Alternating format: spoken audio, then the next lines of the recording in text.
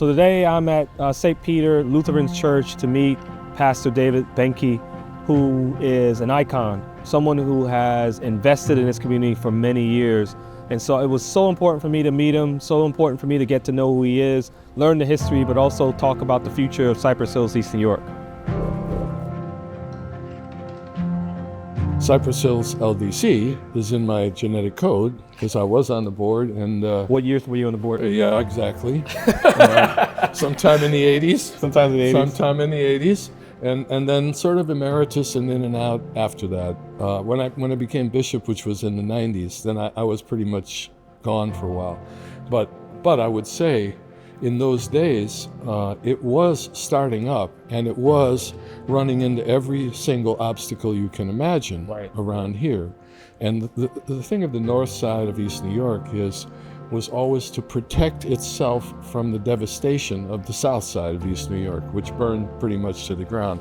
And so everyone here was looking for an organization that would take care of kids, that would take care of housing needs, rental, all of those things. And Cypress Hills LDC filled that bill in a big time way.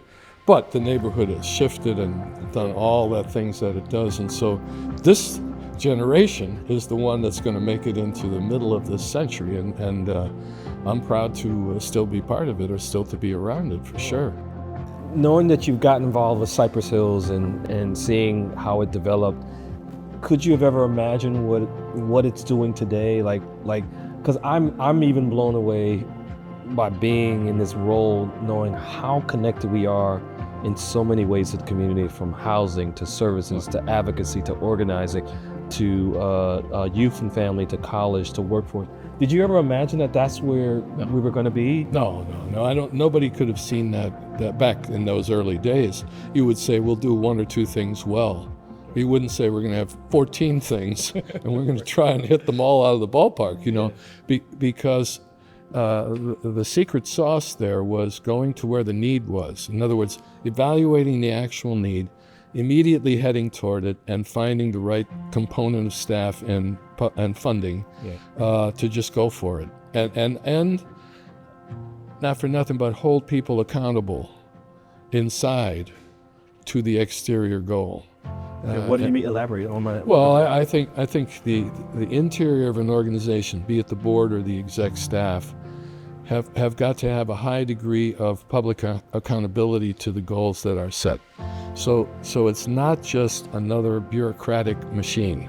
And this is what I was never afraid of that with Cypress Hills. And the reason was that Michelle would not let anyone alone at any time. She would just keep pushing it forward. But it was that the people who then came aboard were of the same mind. Gotcha. There was, in my mind, as opposed to some places where it's boss, peons, and patrons. That's not this. This was everybody has a voice. Everybody gets skin in the game. Whether it's the finance department, it didn't matter. Everybody has skin in this game, and we're going to make it work. How do we get to a position where we get what we need, but obviously have to negotiate and compromise? I mean, do you feel at the end of the day that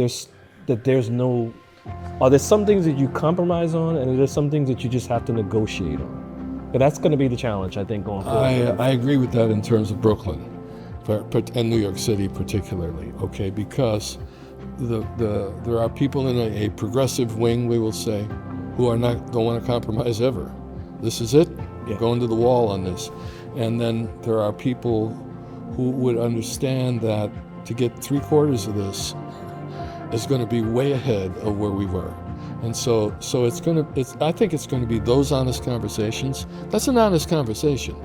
You don't want people to drop their values, at all. You want them to hold the values and then hold on to what is actually a goal that is winnable, sustainable, and that from which you can launch something else. You should have fun with this. This is an enjoyable. This is a privilege, to tackle hundreds of staff, a big neighborhood, and a big agenda in such a way that you enjoy every day when you come in. Pastor, thank you for your time. Hey.